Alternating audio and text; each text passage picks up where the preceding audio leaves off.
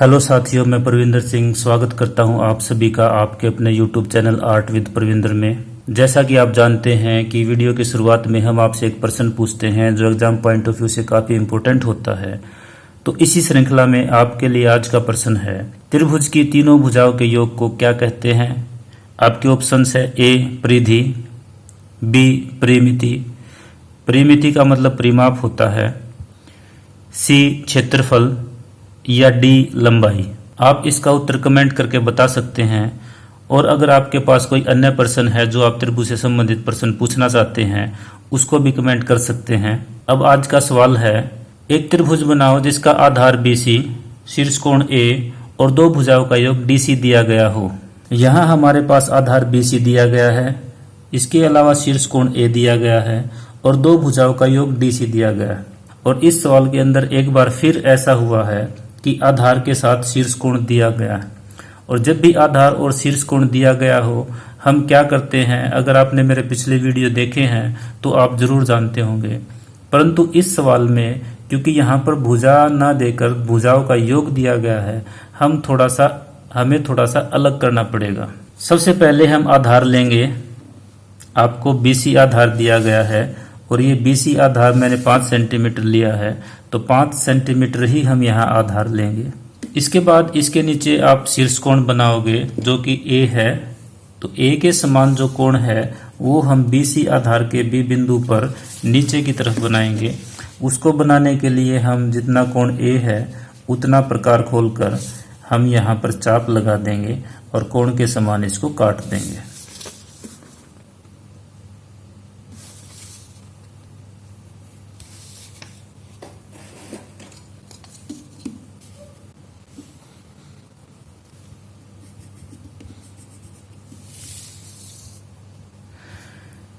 इसके बाद जो इस सवाल में एक एक्स्ट्रा काम आपने करना है वो ये है कि जो शीर्ष कोण हमने नीचे बनाया है इसके आप 2 समान भाग करोगे। इतना करते ही बाकी सारा काम वही होगा जो हम पिछले सवालों में करते आए हैं और आपका सवाल बन जाएगा।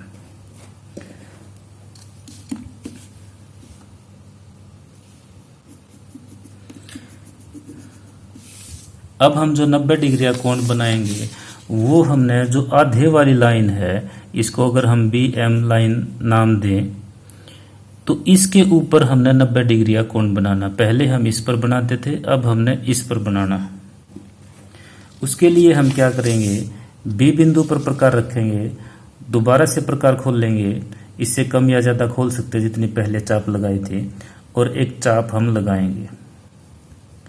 और इस चाप को हमने आधे वाली लाइन तक ही रखना है, इससे नीचे नहीं लेके जाना।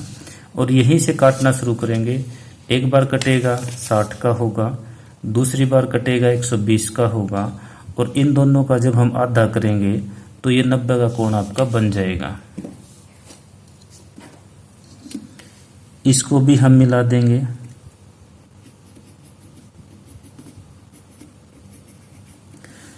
हमारा जो तीसरा काम होगा वो वही होगा, आधार का आधा करेंगे। B बिंदु पर प्रकार रखा, आधे से ज़्यादा खोला, एक चाप ऊपर एक चाप नीचे। ऐसे ही C बिंदु पर प्रकार रखेंगे, ऊपर वाली चाप और नीचे वाली चाप को काटते हुए हम इनको मिला देंगे।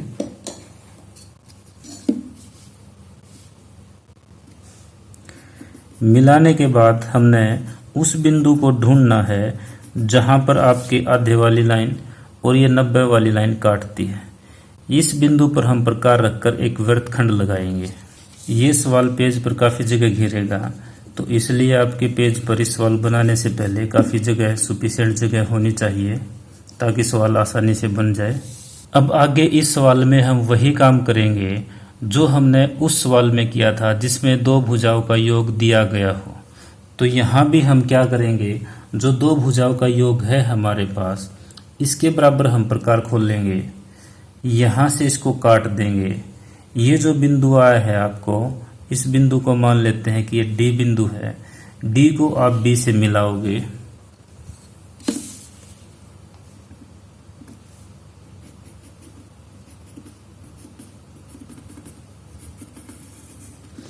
और साथ ही C से भी मिला दोगे।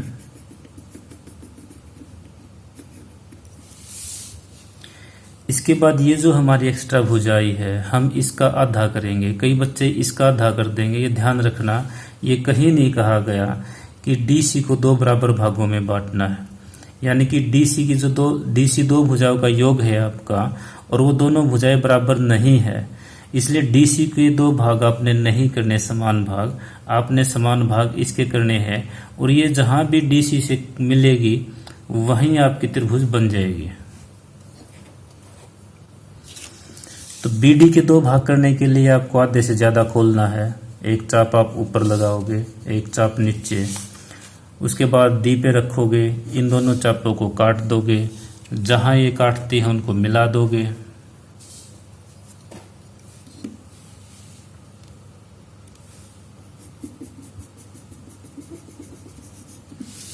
ये इस डीसी को यहां पर काट जाती है। ये आपका ए बिंदु होगा। तो ए से लेकर सी तक ये आपकी लाइन गहरी कर दोगे और ए से लेकर बी को मिला दोगे, ये आपकी त्रिभुज बन जाएगी। ये जो कोण होगा ये इस कोण का डबल हो जाएगा। और ये कोण कितना है? ये कोण इतना ही है जिसके ऊपर हमने 90 डिग्री का कोण बना था, यानी कि शीर्ष कोण के आधे के बराबर। तो जब ये इसका डबल हो जाएगा तो इसके भी बराबर आ जाएगा। इसको आप डी द्वारा भी माप सकते हो कि जितना कोण ये है उतना ही कोण ये है या नहीं। इसके बाद आ जाती है भुजा की बात। ये यहाँ से लेकर यहाँ तक 2 भुजाओं का योग था, उसमें से एक भुजा तो ये निकल गई और दूसरी भुजा ये बच गई। ये भुजा और ये भुजा अगर बराबर आती हैं तो आपका सवाल ठीक है, अदरवाइज गलत है। तो हम चेक कर लेते हैं एक बार, क्या ये दोनों भुजाएं समान है या नहीं। तो ये हिस्सा आपका इतना है, ये भी आपका इतना ही है। तो इस प्रकार ये सवाल हमारा यही कंप्लीट होता है। आपको ये वीडियो कैसा लगा कमेंट करके ज़रूर बताएं। अगर आपको वीडियो पसंद आया तो लाइक करने के साथ साथ दूसरे साथियों में शेयर भी करें। अगर आप नए हैं हमारे चैनल पर तो चैनल को सब्सक्राइब करें। आज की वीडियो में इतना ही, अगली वीडियो में जल्द ही मिलेंगे। Take care and thank you.